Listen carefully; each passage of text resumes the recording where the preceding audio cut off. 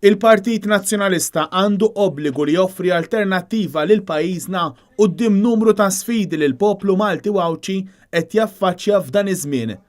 Iddikjara dan il-kap tal-Partit Nazzjonalista Adrian Delija waqt serata mtella mill-Kumitat Reġjonali Għawdex fejn il-Kavallier Nazzareno Kalleja ingħata midalja u tifkira bħala r-rebbieħ tal-10 edizzjoni tal-Unur Għawdex Rotħajr bħala rikonoxximent tal-ħidma tiegħu għal Għawdex u l-Għawċin. Matul is-serata l-kap tal-Partit Nazzjonalista Adrian Delija fisser il-politika bħala servizz lill-poplu u fuq kollox lill-ulidna. Adrian Delija sostna li l-Gvern qed jattakka l-valuri tal-poplu Malti Wawċi u sostna li l-Partit Nazzjonalista hu obbligat li dik ir-ruħ irodda lura lill-poplu Malti.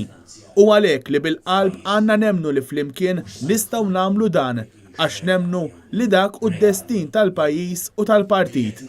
Iddeskriva dan bħala mument partikolari ħafna għal pajjiżna għax qed jinħata fil-poter mingħand min suppost qiegħed jieħu ħsiebu bit-tbissima minflok biswat u ħafna mhux jindunaw.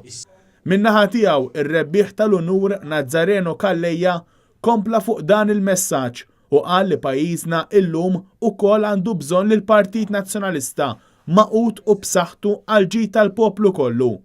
U rringrazzja lil kapijiet kollha tal-Partit Nazzjonalista li ħadem magħhom minn George Borċolivier sal-lum Adrian Delija li fi kliemu dejjem taw ħajnuna u rawh rispett.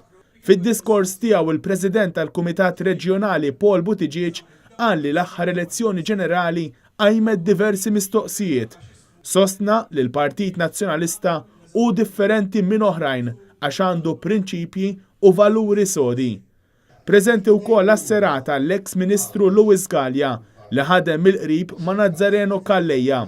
Fisser li Nazzareno Kalleja flimkien ma' sħabu bħala pilastru tal-Partit Nazzjonalista fil-lokalità tax-Xewkija li tant kienet diffiċli għal min kien nazzjonalist. Iżda minkejja dan u baqa' sod fil-valuri u l-prinċipji tiegħu. Lewis Gallia faħħar l-inizjattiva tal-kap tal-Partit Nazzjonalista Adrian Delija li l-messaġġ tal-partit ma jkunx biss iffukat għan-nazzjonalisti imma jkun indirizzat lil poplu kollu Malti Wawċi biex verament il-partit jinfetaħ għal kulħadd.